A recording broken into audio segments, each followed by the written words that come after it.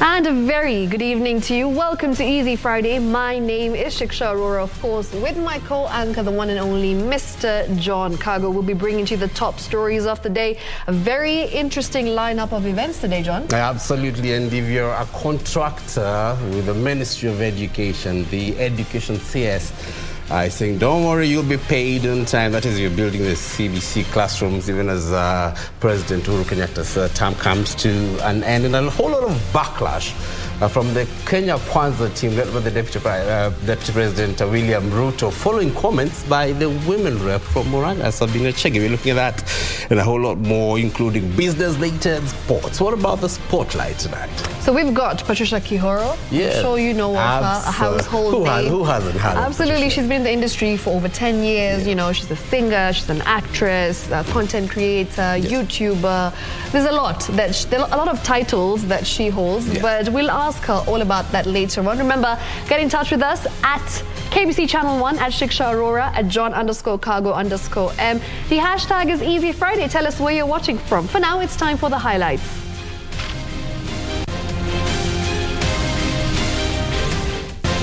Children from female-headed households likely to drop out of school, an education survey indicates.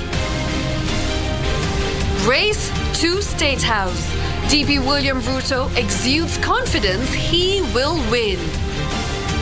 There is a new dawn and beacon of hope of many small-scale farmers who have been trapped in the island of poverty while their coffee consistently continue to attract premium prices globally, and it hasn't reached a few million. And coffee boom. Farmers to reap more from sale of cherries.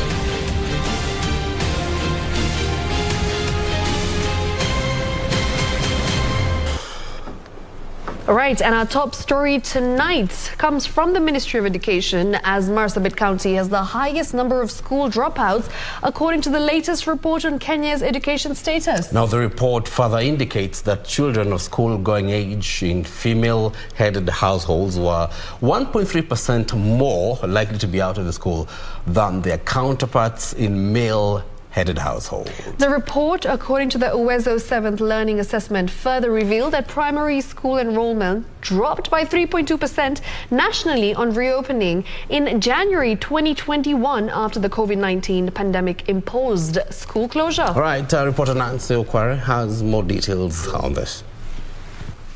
Display the report.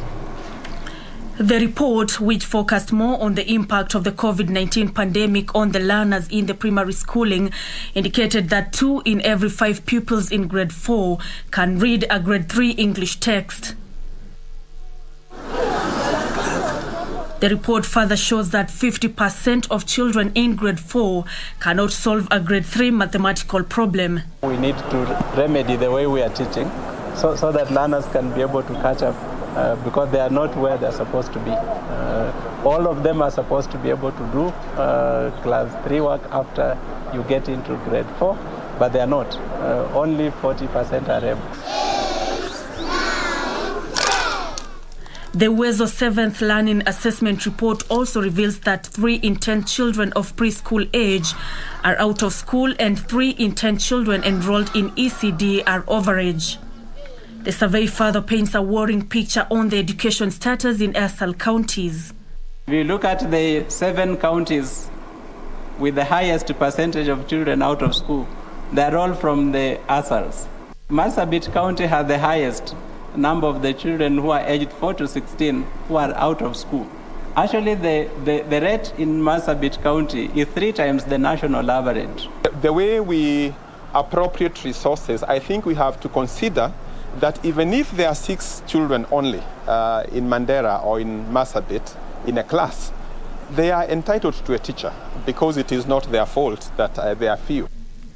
During the COVID-19 pandemic, an average of 12.8 of households had their children attend online classes, with the number being higher in urban centers at 16.6% compared to rural centers at 8.5%. WhatsApp was the most popular platform used to support learning continuity during school closure at 41.2%, while radios such as KBC accounted for 13%. The assessment was conducted in June and July 2021 in 1,775 primary schools in 45 counties. 35,063 children were interviewed. This year's report is yet again identifying challenges in our systems, and indeed it is prudent for us to get back and rethink on ways to address these challenges, particularly the persistent ones. Nancy Okware, Easy Friday. Moving on, Education Cabinet Secretary Professor George Magoha has assured all contractors doing the competence-based curriculum classrooms of prompt payment upon completion of the works. And that's good assurance. Magoha has, however, advised all contractors who have completed their works to ensure they submit all the necessary paperwork for immediate payments. Speaking in Siaya County during his inspection of completed CBC classrooms in various schools within the region, the Education CS disclosed that the government had put in place 3.2 billion shillings to cater for the construction of the classrooms countrywide. Now, the Education CS said that so far more than 1,000 CBC classrooms have been completed. Of course, this is in readiness for the rollout of the junior secondary education program. Magoha later toured Lawanya Girls' School in Busia County, where he defended the CBC, terming its critics as daydreamers. That whoever takes over from us has no excuse to say there are no classrooms for these children to go. As we speak now, I think 80% of the classrooms are approaching roofing level, and the overall percentage completion rate is approaching 70%. Whether you are a public works officer or any of my officers or any of the other officers. And we already said that the turnaround time after you have completed from here to Jogo should not be more than 3 days. Now, if you bring papers which are not correct, starting next week, the government is going to act. Because we don't want crooks and thugs in our system.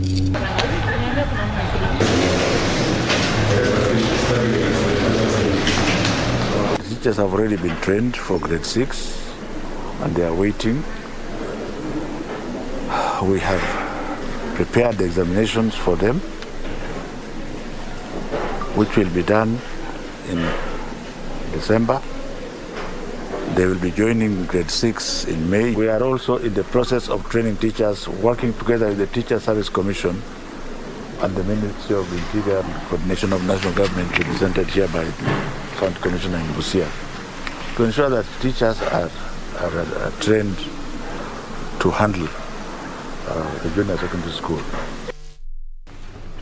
Now moving on to politics, where Deputy President William Ruto has dismissed claims made by Murang'a woman Representative Sabina Chege that the Jubilee administration rigged the 2017 general election in their favor. Now, speaking during his campaign tour in Nakuru, the Kenya Kwanza Alliance principals castigated leaders in the Azimio la Umoja movement affiliated with ODM leader Raila Odinga of fueling unnecessary tension in the country ahead of the forthcoming general elections. Ben Chumba now reports.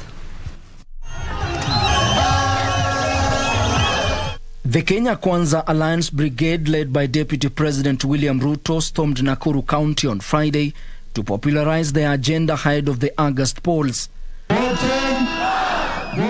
While touring Kuresoi, the leaders rubbished claims by Murang'a woman Representative Sabina Chege that the current administration rigged the 2017 elections. Ninyi watu wanakura kuna kura ya mtu tuliiba.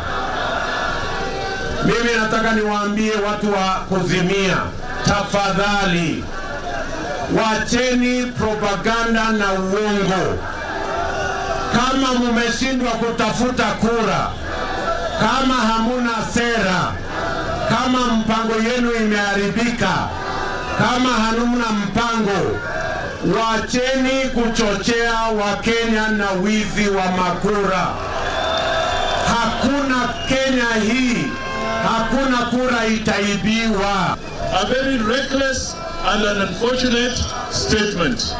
We cannot be talking about undermining democracy and stealing the will of the people the way Azimio is talking. During their second tour in Nakuru County this year, The Kenya Kwanza leaders assured residents that there will be no violence in the August polls. Tunataka kuona taasisi ya NCIC inayoongozwa na Reverend Kobia wakimuita kuandikisha statement ni nini anajua juu ya mpango ya kuiba kura, kwa sababu such reckless statements can take us back to 2007. So we want to tell our competitors, this is your scheme to talk about stolen votes because you want to orchestrate violence in our country. And we want to tell you, you will fail and you will fail miserably. The people of Kenya will not allow you again to prosecute violence in our nation. The leaders who held stopover rallies in Olenguruone, Njoro, Gilgil and Rongai towns cautioned Kenyans against being incited or deceived by leaders they claimed are out to divide the country against tribal lines. Hawa watu wa kuzimia hawataki vijana waajiriwe kwa sababu wanataka vijana waende watupe mawe. Hawataki wananchi wapate mali kwa sababu wanataka watu maskini ndio waweze kuwanunua pesa kidogo wawapigie kura. Lakini tunawaambia mwaka huu mutajua hamujui. Ben Chumba, Easy Friday. Now, still in politics, President Uhuru Kenyatta has dismissed those opposed to his working relationship with ODM leader Raila Odinga, saying they are driven by self-interest. The president defended his handshake with Raila, saying the move has brought about stability and development. At State House, Nairobi, Friday, President Uhuru Kenyatta meets over 3,000 young leaders convened by the Ministry of ICT, Innovation and Youth to review the progress of youth empowerment initiatives and affirmative action programs. Here, the president urged Kenyans to be accommodative of each other, saying lack of political inclusivity had for a long time held back the country's progress. While recalling events leading up to his closing of ranks with opposition leader Raila Odinga in 2018, the president said the handshake was aimed at securing Kenyan stability that had been threatened by post-election political division. Nchi yetu ilikuwa imegawanyika almost down the middle. And we had to make a choice. And that choice was not an easy choice. Because when you have to share, when you have to consult, it's a lot more difficult than having just to do. Ingine inahitaji give and take. At the same time, President Kenyatta dismissed those opposed to his crossing ranks with Odinga's political self-seekers. I was elected to serve the people of Kenya, those who voted, those who didn't vote. And one of the greatest things that I shall never forget and I will always go home with is some of the few memories of while working and the things that we have seen done.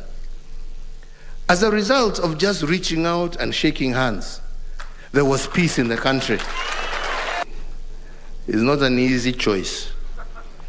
But we took the hard route, to the disappointment, unfortunately, even of some of my own friends, who thought that we should take the hard route. But I want to assure you, had we taken that hard route. As the country prepares for this year's election, President Kenyatta advised the youth to choose leaders who value their future and not those that are using them as a ladder for selfish wins. Mimi nimewaita hapa, ndio mimi nipate nafasi nijaribu kuwasetia agenda ile ambaye nyinyi muna uwezo wa kurudi mitaani, vijijini, pahali mmetoka kuanzisha debate na kuuliza wenzenu, where does our future lie? You really do care about these citizens, these young people of our country, and as I've said, they represent our future and our dreams. In my entire career, this has been the most fulfilling responsibility. I have watched lives and livelihoods transformed. Timothy Kipnusu for Easy Friday. All right, now the Registrar of Political Parties now says her office has not been added extra powers to regulate activities of parties in the newly amended Political Parties Amendment Act 2021. And Rito clarified that her office has previously been overseeing party activities which have not been legalized as provided in the new law. One of the controversies that beset the passage of the Political Parties Amendment Bill 2021 were claims that the Registrar of Political Parties had been given sweeping powers to regulate the activities of political parties. The Registrar Andy Rito now says the overseeing of party nomination was already being done by her office but had not been embedded in law. Powers that are being talked in the public space have actually been there. We have only put them properly in law. They have been there. If you look at Section 34, the functions and the mandate of Office of Registrar, one of the functions is supervision and regulation of political party activities. The question is political party primaries a political party activity? If the answer is yes, then there's no extra powers that are being given. The registrar, who spoke during a meeting with political parties representatives in Nairobi, said they're updating the records of political party membership register to curb mischief during nominations. Previously, we have had political parties submitting the register to IBC, a register that could be different from what the registrar is holding. And that has created many disputes. We are coming up with a system that we actually allow a member of public who want to register in a particular political party to give approval or authenticate, accept or reject joining a particular political party. One, you are keyed in the database. Before you join the database, a message will be sent to your phone asking you to confirm whether you want to continue to go to that, to belong to that political party, or you want to reject. At the same time, the registrar called on political parties to adhere to the 2/3 gender rule in nomination of candidates to run in 2022 general elections, even as she called for political tolerance, especially towards women aspirants, to increase their number in elective position. A list that is submitted to political parties should meet at least 2/3 gender rule. The aspirants should meet the 2/3 gender rule. The registrar will next week begin training of Internal Dispute Resolution Committee and political party ICT officials as part of stakeholders' engagement ahead of the 2022 general elections. For Easy Friday, I'm Gladys Mungai. And women in politics, especially women political aspirants who've been challenged not to shy away from engaging the media in enabling them to connect, in enabling them to connect with the electorate. Now, Kenya Editors Guild President Churchill Otieno further asked women politicians to be proactive and claim their space to attract media coverage. Speaking during a forum for women aspirants in the 2022 general election organized by the Kenya Editors Guild in partnership with Journalists for Human Rights, the stakeholders challenged women aspirants to tell compelling stories to earn space in media coverage. When we watch, especially our TV stations, when we listen to our radio stations, how many female political analysts can you name? Political analysts. Don't we have women in politics? I think I'll be speaking for many editors, if not all of them, if I stand here today and say that politician who is able to shape their message and deliver it with clarity and make it connect with issues that concern their constituencies stand a chance of getting our attention. The stakeholders insisting that women must be innovative if they are to be ahead of the political pack. We have an inherent duty to provide a level playing field in terms of elections coverage. But a level playing field does not mean that every candidate, every aspirant gets an equal attention. It only means that you have a field the best competitors will then make the best use of that field. You are going to vie for that position, knowing very well your male counterparts are there to fight for it also. So you have to up your game. And we in the media, we will give equal coverage. Pride comes before a fall.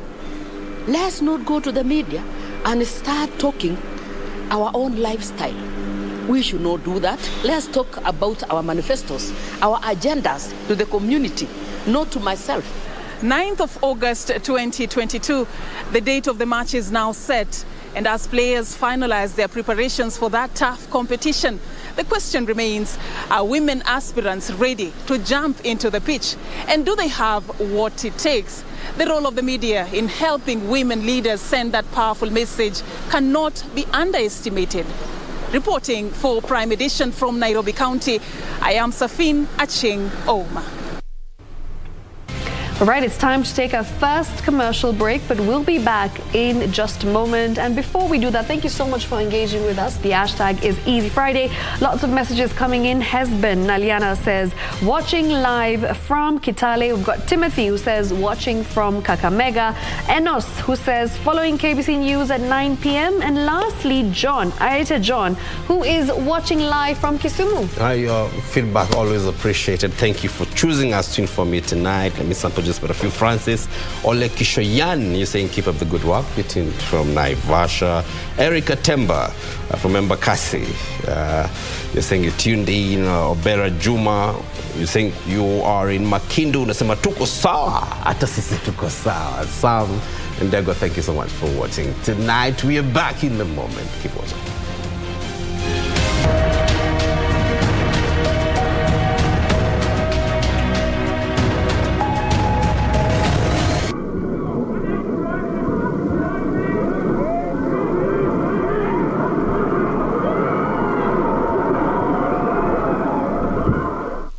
Africa so progressive.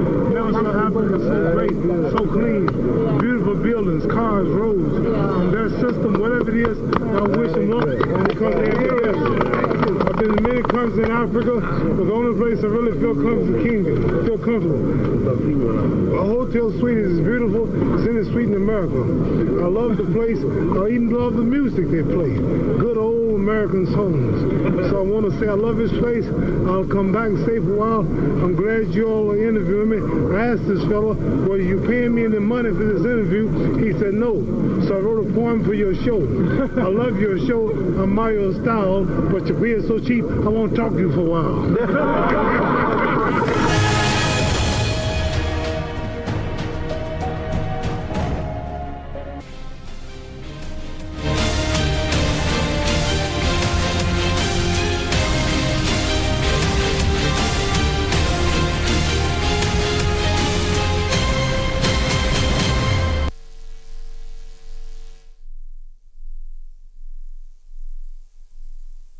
Ili kupata upendo kama skiza tune kwenye simu yako, dial star 811 star 817 hash. Upendo huvumilia. Upendo hauna wivu au majivuno. Upendo hauna kiburi na hauoni mabaya. Upendo hautafuti kujipendeza nafsi. Haukasiriki upesi, hauweki orodha ya mabaya. Upendo huvumilia yote, huamini yote, hutumaini yote na hustahimili yote. Wakorintho 1:13. Kupata upendo kama skiza tune, dial star 811 star 817 hash. Beacon Furnitures Limited. We're local manufacturers of quality office furniture, dealers in quality office equipment like fireproof safes and cabinets. Our automated state-of-the-art factories at Henna House along Enterprise Road in Nairobi's industrial area. Our showroom is at Uniafrica House, Koinange Lane off Koinange Street. We are passionate believers in locally manufactured goods. When you and I buy locally made furniture, we impact on the livelihoods of our brothers and sisters. For orders, visit our showroom at Uniafrica House, Koinange Lane off Koinange Street. Beacon Furnitures Limited. Jenga Kenya, tupate ajira.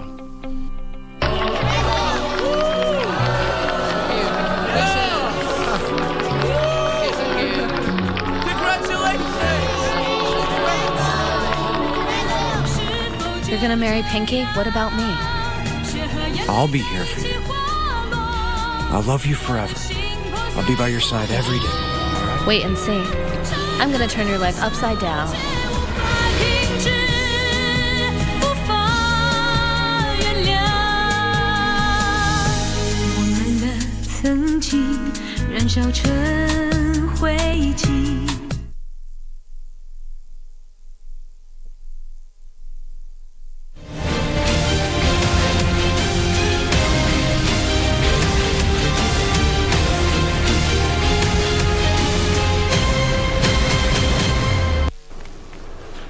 Welcome back to Easy Friday. Our sign language interpreter is Byron Abuli. Now moving on, the country has recorded 54 COVID-19 cases on Friday from a sample size of 5,578 tested in the last 24 hours. Now the positivity rate is now at 1.0%. Now from these cases, 46 are Kenyans, 8 foreigners, 29 are male, while 25 are female. No death was reported today. Meanwhile, a total of 14.7 million vaccines have been administered across the country. Over 7.25 million are partially vaccinated, while those fully vaccinated are over 6 million. Now, globally, over 400 million cases of COVID-19 have been reported, while over 5.7 million people have succumbed to the disease. Well, that's the COVID-19 update as of today. Let's cross over to the scales of justice. All right, and Madeira Member of Parliament risks losing 200 million shillings should the Assets Recovery Agency get a go-ahead to release the money to the government. Now, the agency says Gachagua failed to prove his claims that the money had been loaned to him. Meanwhile, the state has dropped charges on 3 people charged alongside former National Lands Commission Chairman Mohamed Swazuri in the 220 million shilling Kenya Railways land fraud case. Well, this and more stories from the courts. The Assets Recovery Agency is seeking to forfeit 200,773,228 shillings belonging to Mathira Member of Parliament Rigathi Gachagua that is held at Rafiki Microfinance Bank. The agency denied claims by Rigathi that the money was a repayment for a loan, as Rigathi failed to provide evidence to that effect. The agency maintains the transaction by Rigathi is a decoy for money laundering to mislead the court, and further dismissed Rigathi's claims that the investigations were a political witch hunt. Meanwhile, 3 accused persons in the 200 million shillings Kenya Railways land fraud case involving former National Lands Commission Chairman Mohamed Swazuri have been discharged. The Director of Public Prosecutions had filed an application seeking to drop the charges against Caroline Nabalayo Kitui, Peter Ngangamburu and Gladys Mwikali Muyonga. Swazuri and others are facing charges of fraud that allegedly led to the loss of 221 million shillings, 377,000 shillings from the Kenya Railways Corporation. Sarafina Robi for Easy Friday. Now, at least 4,000 Maasai Morans from the Maa-Siria sub-tribe in Lolgorian, Narok County, converged for the Unoto ceremony. Did I say it right? I'm not sure. We need Maasai to help us with that. Well, this is a social We'll definitely occasion. find out more. And of course, it's a social occasion, right? Yeah, it marks the transition of Maasai Morans from Moranism. Now, the Unoto ceremony is famous and vital, male rite of passage among the Maasai community in Kenya and Tanzania. Jackie Wambiru attended the ceremony that happens once in every 10 years and filed the following report.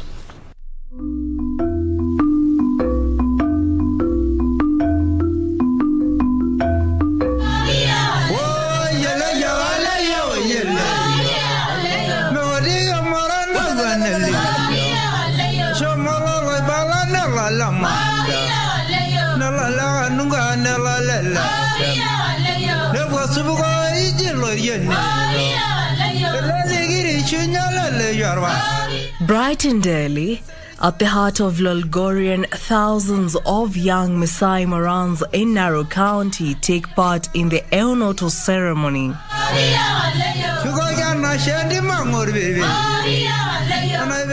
The Morans hail from the Siria sub-tribe, which comprises 5 clans: Erkaputie, Erkunono, Iltorobo, Ilaiser, and Oloirian.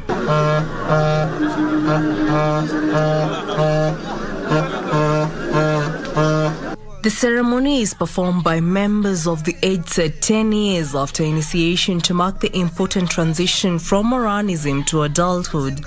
Ni ya sherehe ya pili kwa irika, kwa ajili kuna sherehe ya kwanza tunafanyishanga hawa kabla kutahiri ndio waende kutahiri, ambaye ni kama hii tu wako na mabendera, na hii ni ya pili sasa ya kutoa hawa kwa Moranism kwenda kwa age ya wase.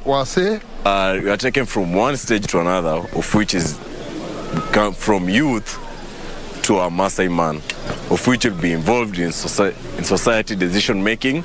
Hao wenye wanafanya graduation leo wataenda next step ambayo ni wazee wa kutoa amani, wa kupeleleza vitu mbaya, vita ikifanyika mahali ama mtu kwa mfano wakosane na mwingine, mzee kama mimi sasa, baada ya mimi kumaliza urandi ninaitwa kama mzee, naenda kusuluhisha hiyo kama mzee. The Eunoto ceremony takes place in a chosen camp that includes a total of 85 manyatas. Weeks ahead of the ceremony, the women and the Morans in the Siria sub-tribe prepare by building 84 manyatas and the Osinkira, which is the 85th manyata, a large hut made specifically for the Oloiboni, erected on the first day of the ceremony. Tunaenda msituni, tunakata miti, tunajenga manyumba. Sasa tunakuja kukaa na watoto wetu. Unajua hao wakuli ugali, wanakula nyama na maziwa. Sasa sisi tunashughulika kutengeneza hiyo vibuyu yetu. Naosha kibuyu, naweka makaa, alafu nawekea maziwa. Hii manyata vile tuko hapa, tuko na nyumba 85 na ni klani yote, makilani yote 5 ambaye inakuanga klani 5 kwa Wamaasai. Tunakuanga na Aldarosero, tunakuanga na Magesen, tunakuanga na Molelian, tunakuanga na Laiser na pia Lukumai. Hiyo mrengo, hiyo clans yote 5 wako hapa. Before the ceremony, 3 leaders are chosen: Olaiguanani, Oloburu, and Olotuno, the main celebrant. Hiyo wase ndio walienda kuchagua kusema kijana fulani ndiye atafanyisha hawa kimila. Huyo ni mkubwa wao ambaye hakuna mtu atawahi kosana na yeye, ama hii vijana wakitaka kukosana wawili na waone hiyo kijana hakuna mwenye ataweza kuinua fimbo kupigana na mwingine ama kutusi mwingine kama hiyo kijana hako. A fire is lit and sustained throughout the ceremony. Donned in ceremonial traditional regalia, the Maasai Morans converge at the heart of the camp, where elders commence the process and apply red ochre dubbed ereko on their faces and arms known as enkipata. Hii rangi nyekundu hii kwa Kimaasai inaitwa ormunyan, ni ereko, lakini sasa tunaita ereko ya ormunyan. Yani hiyo ni kitu ya baraka, yani hiyo unawekewa asubuhi, kitu ya baraka. Hiyo tunafananishanga na damu. So sisi wa Maasai, kila kitu ambaye kuna siku 4 ya kufanya sherehe ya siku 4, ile inafananishwa na kitu mbaya ndio inatangulia. Ile inafananishwa na kitu mzuri ndio inamaliziwa.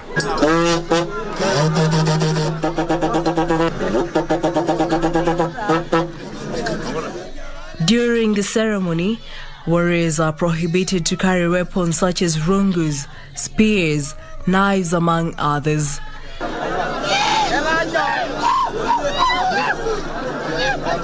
The Maasai Morans then form 2 lines: Olotuno, the main celebrant, who leads the Enkoriong, the firstborns, while Oloburu leads the Oloikulu for the secondborns.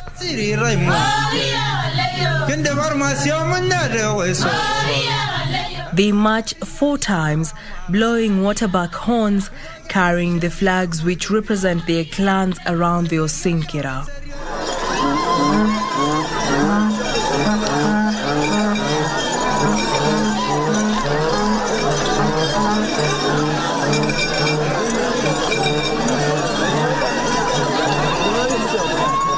hii mabendera ingine yote yenye iko na kanga, hii shuka ya kanga, hiyo ni ya watu wa kawaida ama ya vijana ambayo wametoka mafamilia ya kawaida. Lakini ukiona black, hii nyeusi kabisa, hiyo vijana wametoka kwa familia ya waganga. Tunasunguka mara 4 kwa sababu unaona kwa sisi kimila yetu ya Wamasai vitu inafanywa mara 4 kwa sababu tunasema vitu 3, kufanya vitu 3 haina hiyo baraka itakuwa imekuwa complete, kwa sababu kwa baraka yetu ama wazee wakikubariki inafaa ufanye kitu mara 4. They then break the formation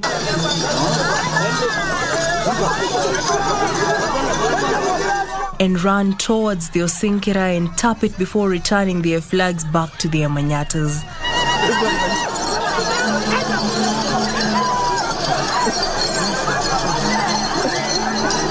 Hiyo kukimbia, hiyo ni kuonyesha tuko active ama kuonyesha watu ambao wako active kwa kuambiwa, kwa sababu ukisha kimbia na bendera yako uweke kwa nyumba yako, hii inaonyesha wewe ni mtu makini na ni mtu unafanya kazi kwa haraka. After the procession is broken, cow slaughtering takes precedence, where a group holds an animal down as one man nicks its jugular. They then collect the blood in a pot below the incision, and it is here where some of the Morans drink freshly drained blood. Good.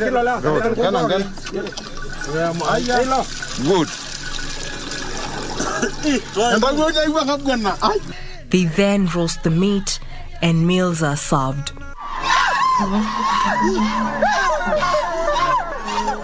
At 3 p.m., the Maasai Morans then march for the second time and break away for the evening.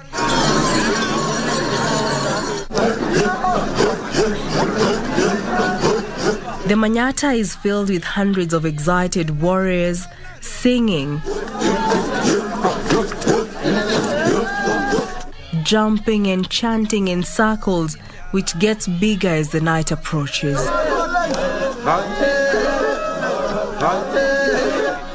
Occasionally, 1 or 2 Morans will throw a fit or enter into a trance, and singing is interrupted as a few other Morans hold him until he finally calms down.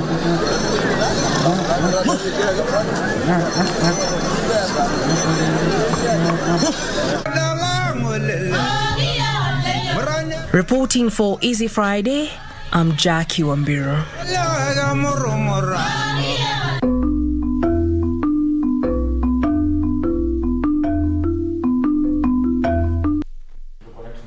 You gotta love the Kenyan cultures this week, focusing on the Maasai culture, and that's a ceremony that takes place every once in 10 years. The Yunoto ceremony, part 2. It's coming tomorrow. Really looking forward to it. I must say, the Maasai culture is one of the richest, most vibrant cultures, in the country. And yes, absolutely beautiful piece there. So make sure you watch out for part 2 tomorrow. For now, it's time for that short commercial break. We'll be back with business news. Caroline Jenga has the latest in business. Don't go too far.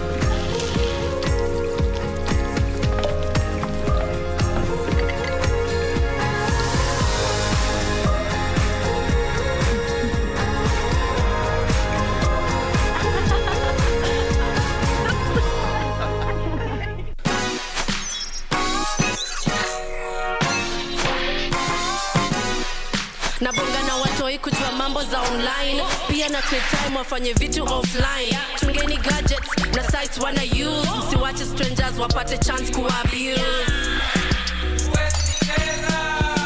Nimeshindaje pesa kompe sija participate. Unadai info yangu na ikwe private. Identity yangu haupati hautumi. Hizi zangu ni zangu na bado nitazishikilia.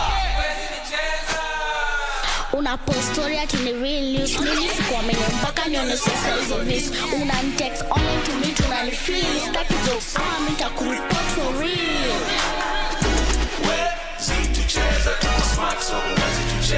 Wazazi, watoi na maithu wetu, don't be fooled. Get cyber smart and enjoy safe entertainment and education online. The Communications Authority of Kenya. Mawasiliano kwetu, nguvu kwako.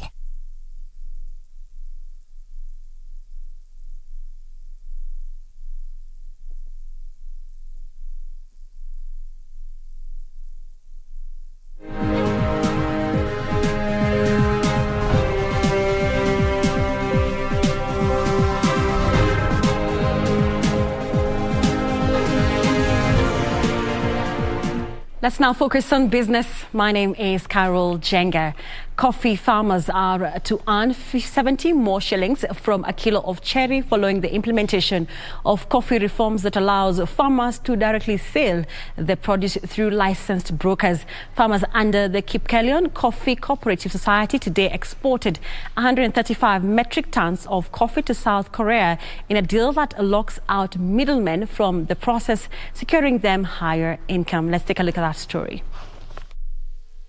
The coffee reforms of 2016 aimed at increasing value for farmers by cutting off unscrupulous middlemen who are ripping off farmers. One of the pillars among the 8 recommendations pillars is to develop a marketing strategy with a focus on the emerging and promising Asian coffee market, like the Republic of Korea, among others. Implementation of the reforms has seen the Capital Markets Authority mandated to license coffee brokers who facilitate trade between farmers and buyers. So far, the Capital Markets Authority has licensed 5 coffee brokers, among them Kipkelion Brokerage Company, that today oversaw the direct sale and export of 134.4 metric tons of coffee by farmers affiliated to Kipkelion Coffee Cooperative Society to South Korea. Without the new legal framework that allowed the vertically integrated coffee cooperative union, meaning that they can process and mill their own coffee, to sell their coffee directly. The deal with South Korea's Good Beans firm benefits 9,582 small-scale farmers drawn from the counties of Kericho, Nandi and Bomet. From the sale of this coffee will go towards payment of 9,582 small-scale farmers spread across Kericho County at an estimated rate of about 100 shillings per kilo of cherry.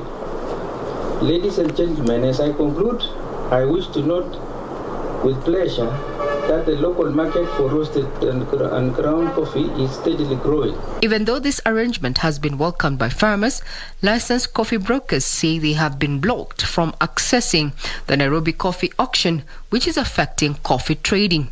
Regina Manyara reporting for Easy Friday. Now to the flowers sub-sector, flower farmers in Naivasha say supply chain disruptions and high freight charges that have doubled in the last 1 year are some of the challenges they are grappling with ahead of the Valentine flower sale boom. The farmers say flower prices have remained, but the sector has had to deal with higher production costs. Even though Kenya is the world's 4th largest exporter of cut flowers, inadequate cargo planes and space for the valuable commodity are affecting the industry.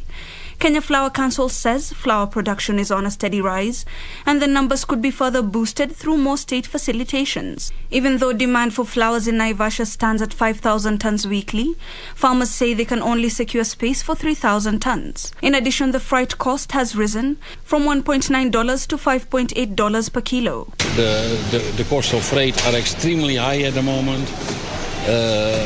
Almost triple the price of the normal price of before the corona. So a lot of people are not making money on those flowers at the moment.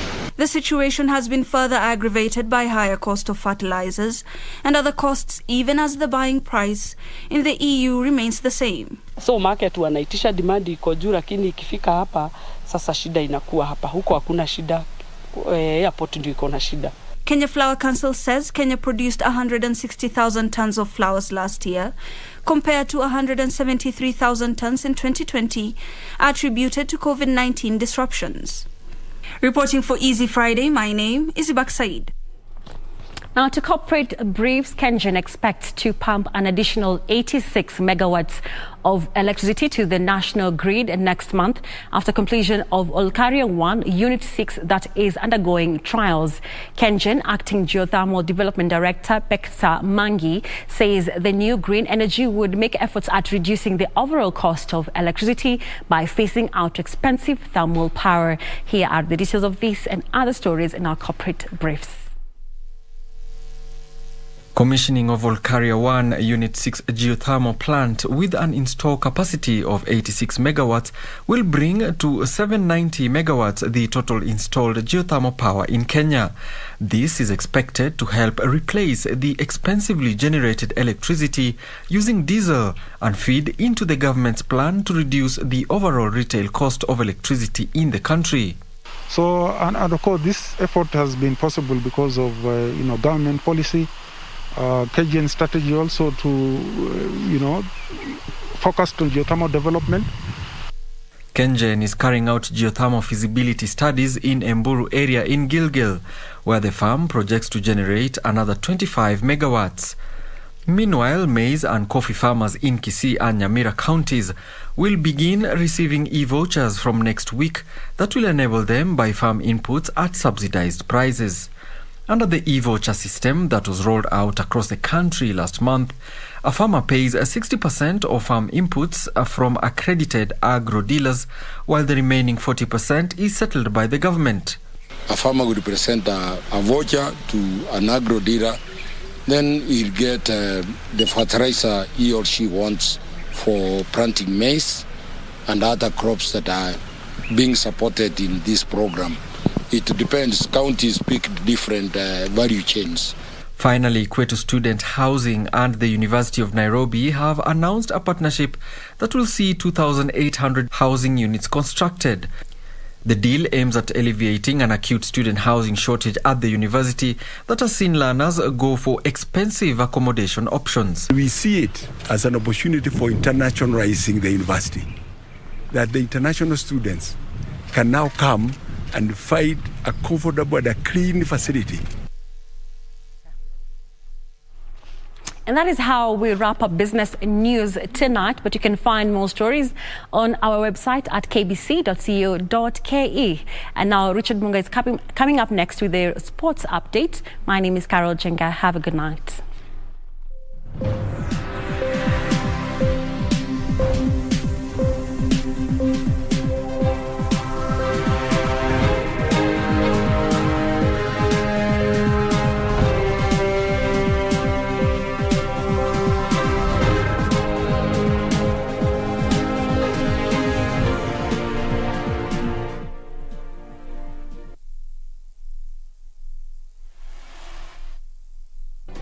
Do you have a news story to share with KBC? Get in touch swiftly on email news@kbc.co.ke or call 0723 892 654 or 0734 780 124.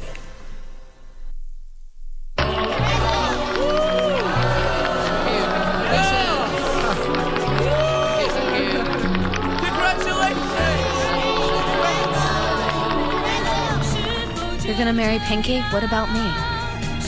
I'll be here for you. I'll love you forever. I'll be by your side every day. Wait and see. I'm gonna turn your life upside down.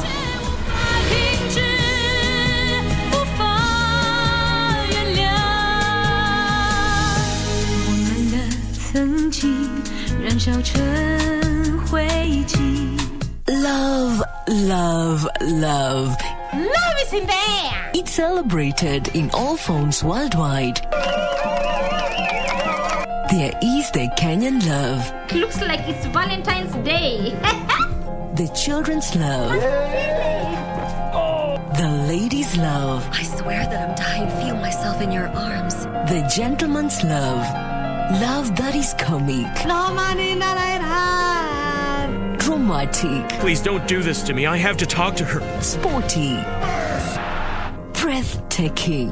Whatever your choice, let it rain this February with love. This is getting better, and best. Only on KBC Channel 1.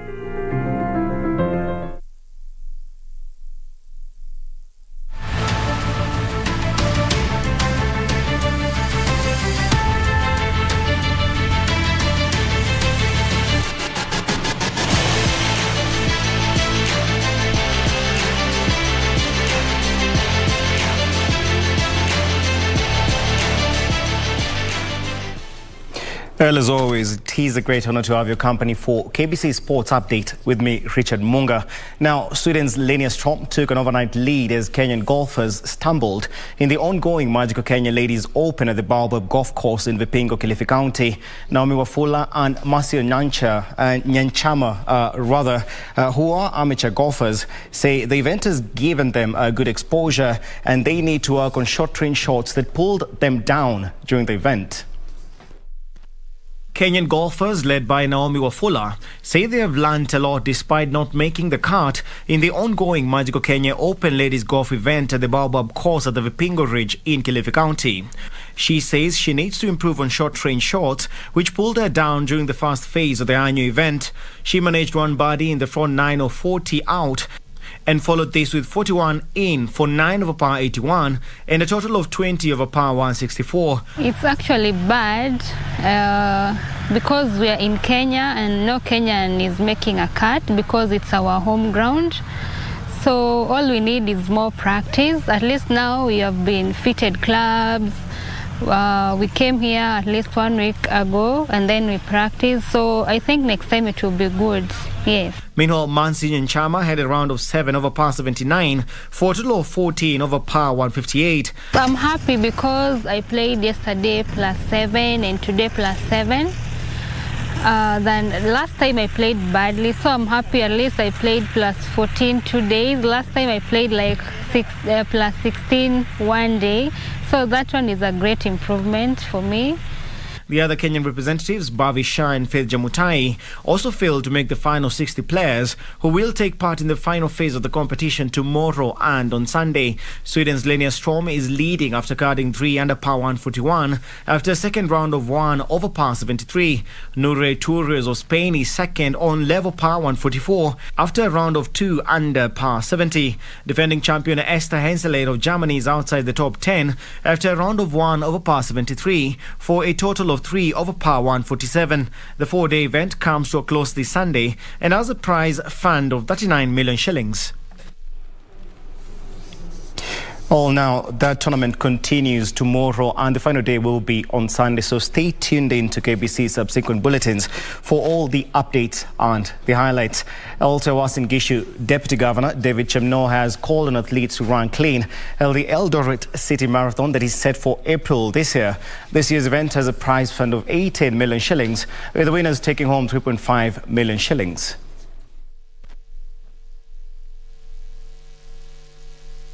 The Eldoret City Marathon is premised on climate action. As a county, we acknowledge the importance of this race. One, it brings an opportunity for our youths to develop a career. And since the marathons in this town have begun, we have had world champions who have been nurtured by these races.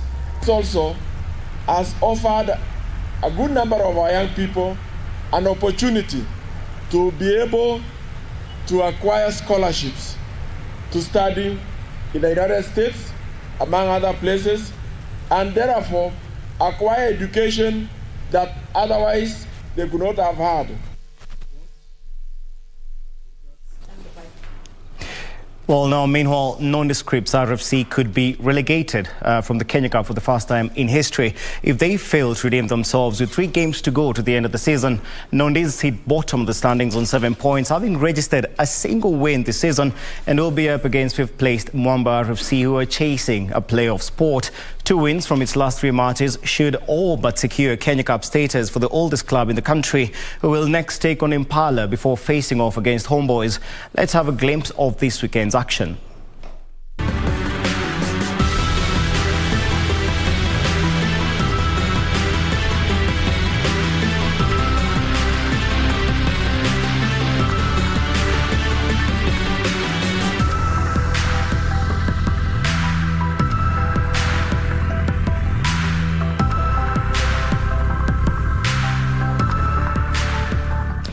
Internationally, Liverpool cut the deficit between them and Premier League leaders Manchester City to 9 points with a dominant performance as Diogo Jota scored a brace to beat Leicester City 2-0 at Anfield. Meanwhile, Arsenal beat Wolves 1-0 at the Molineux to record, get this, their first win in 2022. Jurgen Klopp's side had a host of chances.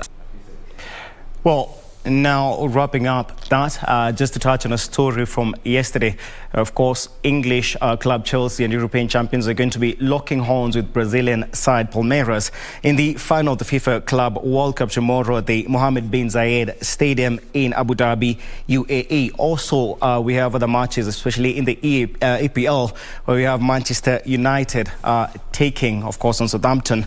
But for that, let's just have a look at the sports diary and see what matches to expect this weekend. That is Saturday as well as Sunday.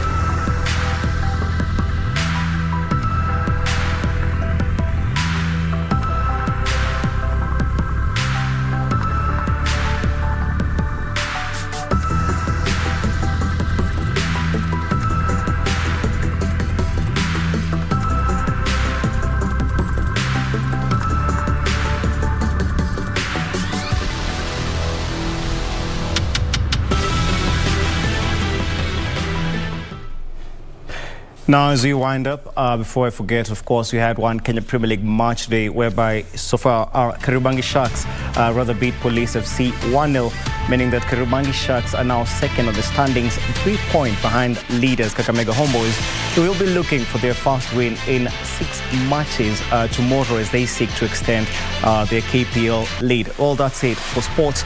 I'm Richard Munga. Do have a good night.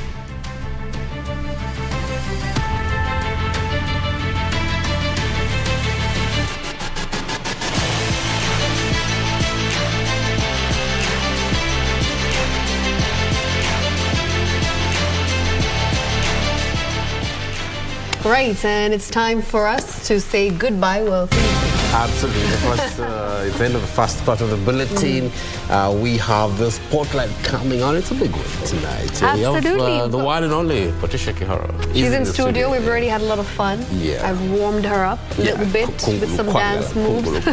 So make sure you tune in. There's a lot that I want to ask her. And I'm sure you have some questions for her as well. Drop them. The hashtag is Easy Friday.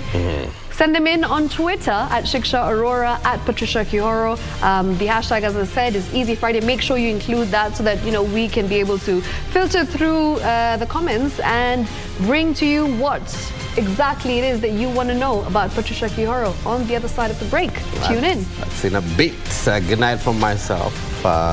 We'll see you next week on Friday. John, my namesake, thank you for watching. If I don't announce the names, it's going to be trouble. Agilomo as well, thank you, Agilomo. Charles from River Gardens, my friend Captain Otoyo, Kate as well. Thank you so much for watching tonight. Good night, so long. I'm good.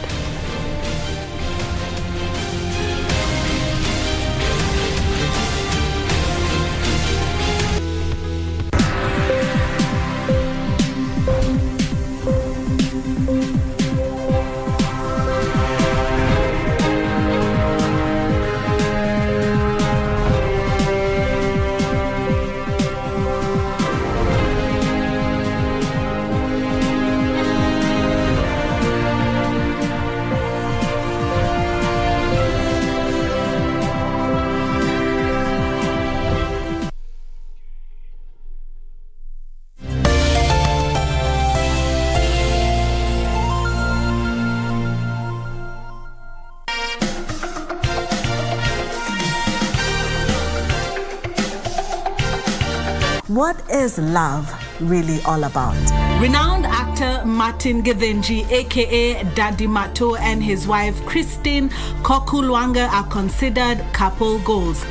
Their love story is one for the books, having gotten engaged after only 14 days of dating. Some random guy with a car just comes and veers close. Alinipita hivi. I will not let that narrative get out. No, we want the real story. Go on. So I was very intentional about it, and I said, I'm coming with a blank canvas.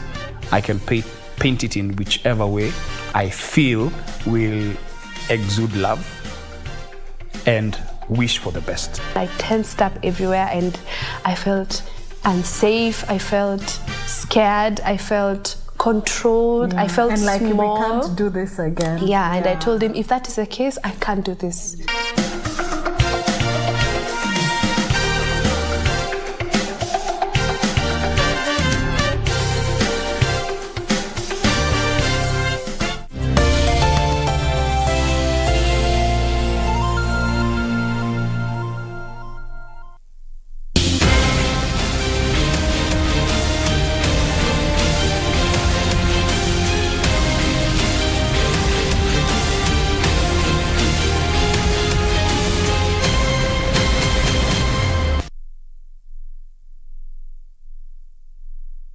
Sina muda wa kudeka, mapenzi yashanipiga chenga, kizengu wa mina sepa. Nataka usiku moja niwe, nipekeche hadi chei, ila mapenzi niwe. Nataka usiku moja niwe, nipekeche hadi chei, ila mapenzi niwe. Niko tepe kama gypsy zege, usiku moja niwe. Nitembeze fimbo ya utembe, usiku moja niwe. Niko tepe kama gypsy zege, usiku moja niwe. Nitembeze fimbo ya utembe. Wanna be rich, I wanna be famous, I wanna be rich, I wanna be rich. Live and die in Africa, Indy. That's DJ Koljax on the decks doing his thing. Remember, he's going to be back here at 10:30 for Disco Funk. Super excited for that. And right now, it's time to cross over to the other side because our guest, Patricia Kihoro, is in the studio. Remember, she's had a very, very fulfilling journey in the industry. She's been in the industry for over 10 years. And she is going to be answering all your questions. Remember, the hashtag is Easy Friday. Talk to us there. And yeah, for now, Koljax, let's take it away. Of course.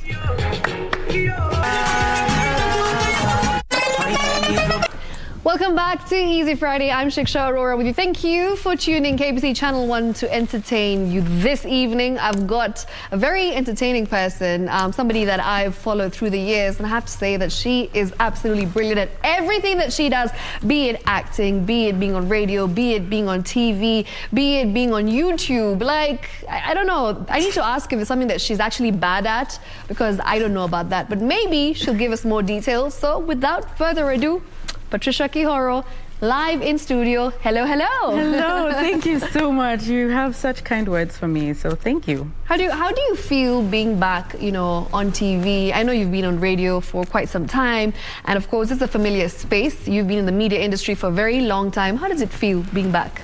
When I was coming into the studios here, I was asked, so have you been here before? And I thought about it, and it's actually been probably maybe 16 years, 17 years since I was here. Yeah, since I was here at KBC. So amazing. It was just like, wow. It's been a long time. It's been a long time, but I'm really happy to be back here. This is, I think, my first live interview since like the pandemic, so over the last couple of years. Yeah. It's usually virtual, I'm guessing. Yeah, a lot of things are virtual, but also I haven't done so many, I've barely done any interviews or anything like this since, or maybe I just don't remember, but this feels like wow. Yeah. Wow. Yeah. It's lovely to have you. It's wonderful to be here. Thank you so much for having me. My pleasure. My absolute pleasure. Patricia, there's one thing that I remember when I told the producer that I'm hosting Patricia. So he asked me a very interesting question. So he said, are you going to be talking to Patricia the actress, or Patricia the content creator, or Patricia the radio personality? So right now, who is Patricia Kihoro? I would say Patricia is well, I don't know if I would describe Patricia as somebody separate from me. Yeah. But I am somebody who just is interested in so many things. Right. And, you know, in hindsight, I would say I'm somebody who's had the bravery to sort of dabble into everything Yes. that has been of interest. But looking back, I do have moments where, you know, they talk about, oh, a jack of all trades, but a master of none. But then they don't complete Yes. the statement. And there was a time when I'd be like, okay, I'm all these things, I do all these things, but am I really good at, you know, just one? One thing in particular. But I think I've come to a point where I would describe myself as just somebody who has, you know, explored everything that life has to offer, so that when I look back, when it's time to say goodbye to this plane of existence, I'll be like, you know, I have no regrets about not trying anything that my heart wanted to pursue. And I relate to that a lot because I'm very similar. You know, I want to do everything. And sometimes I wonder as well, am I really great at something? I know I'm good at a lot of things, but am I really great at something? But I guess, as you said, you know, you don't want to have regrets in your life, right? Yeah. Do you have any regrets? There's many years of your, you know, your work that you've been doing for a decade. It's actually been... Longer than that? Yes. Hey. Yes, the first time I sang in public in front of people was when I was 9 years old. Wow. And that was very many years ago. Hey. That's like 27 years ago. I'm 36 years old now. Damn. And let me tell you something. Yes. I know you've heard this a lot. Yeah. But you do not look 36 at all. Well, what's your secret? First of all, very, what's your secret? You know, I'm very proud to be 36. I'm very proud to be my age. Absolutely. You know, because it is my age. And I think for a long time, we're sort of conditioned to think that the older we grow, the more we should hold on to our youth, or, you know, don't even share your age. You want people to think you're younger than you are. But really, there's no shame in aging. I think being able to age is a privilege because, you know, it's like another life. Another day. We celebrate a birthday. We're happy to be alive. So I'm grateful to be 36, to have been able to have done everything I have. And I think, you know, looking back, you asked if I have any regrets. I always say, you know, everything happens for a reason and everything is as it should be. But looking back, I do wish I was a bit more fearless about certain things. Okay. But I am happy to be in the space that I'm at right now. Yeah. It's amazing. So, you know, the one thing that I think stood out for me when I was looking at your social media is you are very unapologetic about who you are, and you are also very outspoken for, you know, a lot of topics that people shy away from bringing up in the open. So like just recently, you know, you talked about not being okay. There were times that you've brought about your skin journey and how far you've come, and you weren't afraid to share, you know, your before pictures, which I think is beautiful because we are in this world where I think everyone wants to be perfect on social media, right? And Instagram versus reality is a whole topic that we could discuss until tomorrow. But what inspires you to really be this real? I think I would say maybe 4 or 5 years ago. Just looking at social media.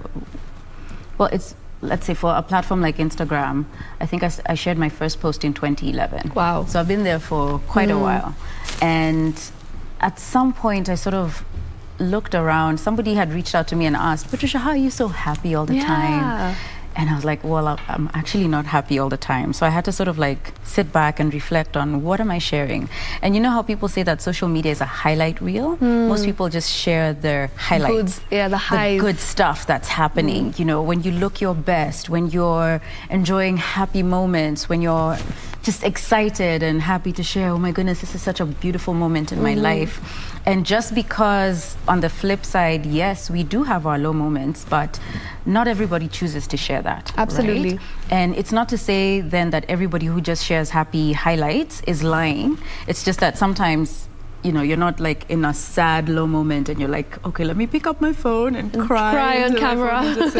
But then I did look at my platforms and I was like, wait, it would be, you know, remiss of people to look at my page and think that for success or, you know, to be this person or to achieve this, you have to be happy all the time. And so if I'm sad or if I'm going through something, there's something wrong, and I have to like aim at just being happy all the time. Right. And I didn't want my platforms to be a space where people come and then they feel bad about the realistic moments in their lives. Yes. Because the truth is, I have my low moments.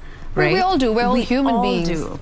And so I started being very conscious about also sharing, you know, I have had a rough week, or I'm going through this really low moment, or I haven't been okay in the last month. I haven't been energetic. I've been feeling, you know, self-doubt. I've been, you know, looking at my stuff and thinking it's not good enough. And sharing stuff like this, I think it allowed for the people who are, you know, enjoying the content that I create to also see that if they have low moments, or if they are low energy, or if they're feeling self-doubt, or, you know, all these things that we sort of think, okay, it's negative. I just wanted people to see that it's normal. And if I'm somebody that you look up to, let me also show you that I go through the same the same things. Yes. It doesn't mean I'll necessarily, you know, cry. I'm going through a heartbreak or rejection here or that, but just to sort of normalize and level out, you know, the things that I share, so that people don't feel so bad about them. It's amazing. And I'm sure you've got a lot of messages from young girls especially reaching out to you and telling you that, you know, I experienced the same thing as well. I went through heartbreak, or I had acne, for instance, or, you know, I'm having a low moment in my life. And I'm sure you also have felt that relief that you're able to inspire these young girls. Yeah, I think another thing that people are very conscious of is like, oh, okay, that's not a good picture of me, so don't show it. You know, like, for instance, the pictures I shared yesterday of where I was with my skin. First of all, you know, acne is something that people sort of deal with, right? It doesn't necessarily... very normal. Exactly, it's a normal thing. So it shouldn't be that, okay, you have acne, so there's something wrong. It's really just your skin is the way it is, and you can find out what works for your skin, what your skin needs. And so me sharing those pictures wasn't also me saying, oh my goodness, this is something I've always wanted to hide and I'm shy. No, it's okay. I just realized that, oh, I haven't shared these pictures in a while, and I would like for people to see that, one, when I speak about skincare, it's not from a point of I've always had good skin, so I really don't know what I'm talking about, but I've also had periods where I was just like, okay, so what do I do now? Because my skin looks like this. But understanding what my skin needed, what my body needed, so that I could get to where I am now. And also to just share that, yes, the picture I shared yesterday, my skin is in great condition right now. Like, it's great, but in a week I could have a breakout, and that's normal. It doesn't mean, okay, let's manage, let's fix, you know. It's just like, it's normal. I don't expect that it'll be perfect, glass, clear skin all the time. Just accepting that this is what our body does, our skin does, but you just need to listen, understand, be kind to yourself, and accept that this is who we are. We have normal human bodies that do these things. Amazing. Let's talk about Uncover. I really like what you're doing with it, because, you know, it allows you to embrace yourself, to, as you said, accept that these things happen to everyone, right? It could be you, it could be me tomorrow. It could be any of us. So maybe you can just take us through the journey and the thought process behind Uncover. So Uncover Skincare was the brainchild of two women, Sneha and Catherine. They met at an incubator program, and they came up with this great idea where, first of all, they both had experiences with their own skin care journeys. And so when they met, they sort of thought about what are the needs of women living in Kenya. And Korean skincare, or K-beauty, has been popular for the last decade or so. And, you know, over the last 4 or 5 years in Kenya, we've sort of seen a popularity in K-beauty, Korean products, and just how effective they've been. And you know, Koreans are known for their glass skin and their youthful features. So they reached out to me. This is April 2020, and we sort of talked about, you know, Uncover Skincare. At the time, we didn't even have the name Uncover, but really it was just from a point of, you know, we love K-beauty, but how do we address the skincare needs of Kenyan women? Because there's also the concern that K-beauty is great, but are these products really made for us? Kenyans, you know, yes. for us living in Kenya, in Africa, we have melanated skin. We have a different climate. Right. We have concerns that are so specific to us. And so one of the first things that we did together is launch a survey that about 1,000, just close to 1,000 women participated in. Okay. And it was really just to ask, you know, what are your needs when it comes to skincare? Yeah. What are some of the things that you deal with the most? Yeah. And from there, we were able to sort of take this information and then create or think through creating products for women who are here, but using the best labs and technology in K-beauty in Korea, because K-beauty is known as, you know, the Paris of skincare. They're like 12 years ahead when it comes to tech and skincare needs. And so that's what we're doing together to sort of present products that are catered to women who are here, that are safe, that are effective, and that are affordable, and that they can trust, you know. And we're speaking to women who not necessarily, you know, also know about K-beauty and about skincare routines. We're speaking to women across the board. People who maybe have never even thought about using any product. You know, what do I need? What's a skincare routine? Do I need a cleanser? So answering questions as well, like providing a platform that gives information that sort of breaks down skincare in a way that's easy to understand, and not necessarily dumbing it down, but basically just saying, actually, skincare and the world of skincare can be so complicated. You know, you start, even for me, like till today. There's so many products out there and you get confused. Because, you know, you just don't know what's going to work for you and what doesn't. So that's amazing that you're actually able to have a platform where women can ask such questions, because we run to Google most times. But again, you end up getting even more confused when you go on Google. And even I will admit to it. Sometimes today I'll, you know, research something and the information out there is so much. It's just endless. And even for me, it's like, okay, cool, there's all this stuff, and every day we're learning new things. Every day there's new research, new studies.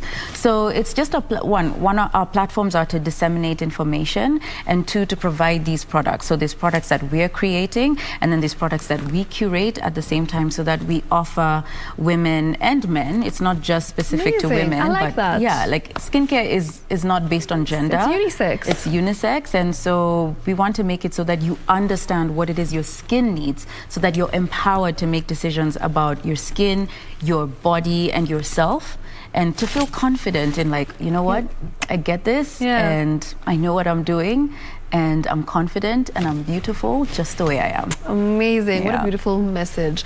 Patricia, let's talk about you as an actress. So I became a fan of yours after I watched the movie Disconnect, because I was like, the movie's name is Disconnect, but I feel so connected with your character.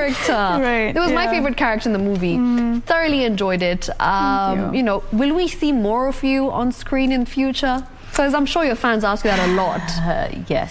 Yes, acting is not something that I feel like I will ever stop doing. Of course, if the right opportunity presents itself and the right character, I'll definitely go for it. I also want to delve into sort of telling my own stories and acting in my own productions, things that I've created myself.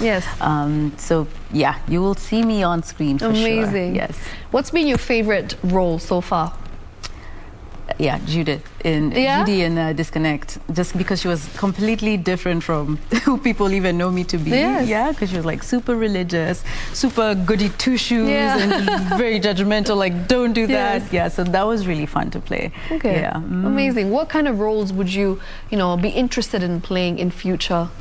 I think at the moment, when I think of myself, playing characters and roles in productions, I think of, roles that evoke emotion, that make you think, that it's like, oh wow, that tell a story that's like, wait, I didn't see it that way. So whether it's comedic or whether it's gut-wrenching or heartbreaking, I feel like I want to sort of go deeper into evoking an emotion in the people who are watching, and connecting, because that's another thing that I really love. When people come and say, when you played this character, like I was just like, I felt like I saw myself, or what you said or what you went through, I know somebody who's been through that as well, or I've been through something like that as well. So every time a character connects with the audience, or somebody just comes and says, gosh, yeah, that. Those are the kinds of characters that I really love. Yeah, so the challenging ones. Yes, the ones where even like the tears are just here. Like when the director yells cut, it's like, give me a moment. I need 10 minutes. I need to unpack. Amazing. So what do you enjoy most? Because I mean, I can see that you're very passionate about a lot of things, and I know this might be a tricky one, but what is your passion really right now?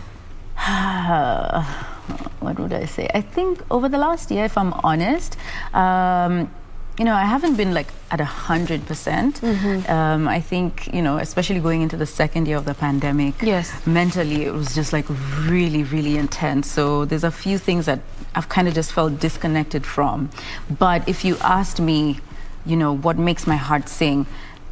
Music. Amazing. Acting, creating content, and sort of sharing and telling stories about it. But I think all of them sort of, in the moment that I'm doing them, that's when I feel alive.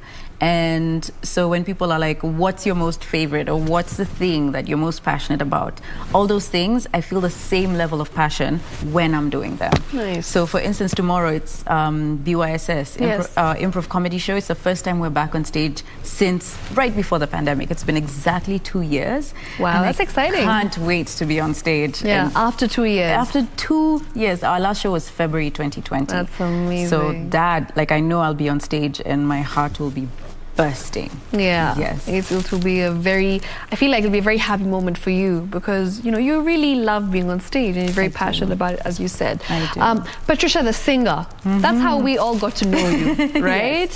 When you participated in Tusker Project Fame. And I think that's where most people who follow you now, that's where they got to initially get to know more about you and see you as a singer. In case you didn't know, she has a fantastic voice. I remember I was once on your Instagram Live and you were singing a song. Really? And I was just like, wait, what? She can sing as well?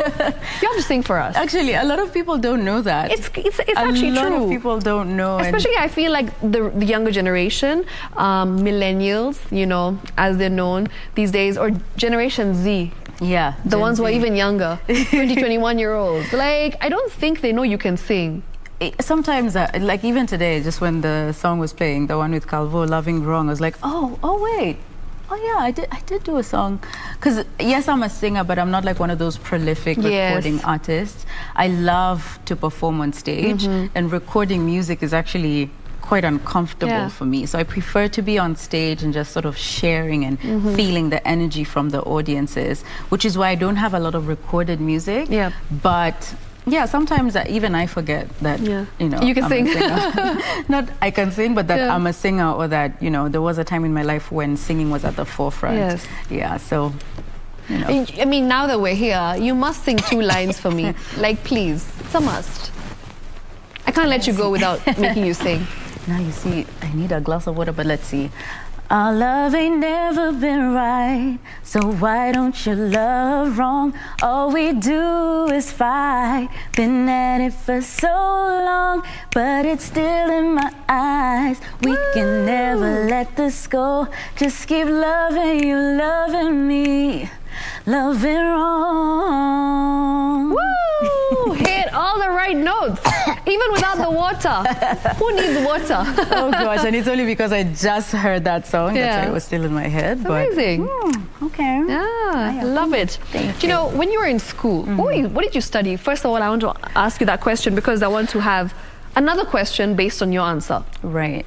So, I was a psychology major when I was in university. So I studied psychology and I did my internship at an institution that deals with mental illnesses, and I worked as a psychologist for a while. And like when you told your parents or your family that, I don't want to do this, I want to get into the arts, what was their reaction? Did they support you? Actually, I'd always been in the arts. So, I was singing from 9, you said, at right? the wedding that I sang at when I was 9. My mom was like, Wanda, she can sing. My daughter can sing. It was her friends getting married. So she was like, always a cheerleader. Can she sing? Can we put her in the program? She's one of the moms who'll always be like, yeah, my daughter can sing. She'll sing for you, perform for you right now. Yep. So my folks, like, me singing and wanting to sing was always something that, they knew. And so when I did psychology, it's not because I wanted to do psychology. It's just I still hadn't decided what I wanted to do. Okay. Because for the longest time I had wanted to do music. Right. And I wanted to study music. But the university that I wanted to go to in the US, Berklee College of Music, 1, was just super expensive. And then 2, when it came to uni and where I'd have to go, I went to Moore University because that's where I was called, like 8 you're called to uni. So when I went there, I was just like, you know what? Since I haven't decided what I want to do, by then I'd worked at an ad agency, I had studied graphic design, I'd been singing at studios, like I dabbled in all these things, but my mom was like, but you have to go to uni. Yeah. So when I was there, I was just like, I can't make up my mind. But psychology is human behavior. It's the study of human behavior. You know what? I think understanding human behavior is something that is going to help me no matter what I decide to do. So let me do that, and then I'll figure things out as I love it. I love the thought process already. And to be honest, if you think about it, psychology, the study of human behavior, helps me when I'm playing characters as an actress, helps me when I'm interviewing people for radio interviews or TV interviews, or when I'm having conversations with people on my YouTube channel, or when I'm hosting events. Everything that I do sort of taps into that knowledge and trying to get to what motivates human beings so that I can be a better, person to connect with, regardless of what it is that I'm doing. Amazing. Yeah. Beautiful. I've thoroughly enjoyed this conversation. And as we wrap up, I have to allow you to just say something to your fans quickly, and then, we can call it a wrap. Okay. Well, I just want to say thank you. It's been a few years of being in front of your eyes, and you've always shown nothing but support. And for me, it's just a big, big thank you, a big show of gratitude. I'm grateful for every single person who connects with me, whether it's on social media, whether it's in person. And I hope to connect with you more, and I just accept this gratitude and appreciation. And thank you for all these years of us being, pals, homies, Thank you. Yeah. And thank you for coming on the show. I love the conversation. You're incredible. I wish you all the best in the future. And keep shining, keep inspiring, and keep being Patricia Kihoro. That was Patricia right here on #Easy Friday. Asante sana for watching. We'll do this again next week. Same time, same place. Until then, good night. It's a wrap. Listen the game. I'm trying to make sense of this love me and you have. Mapenzi matamu lakini yangu na wewe ni shubiri.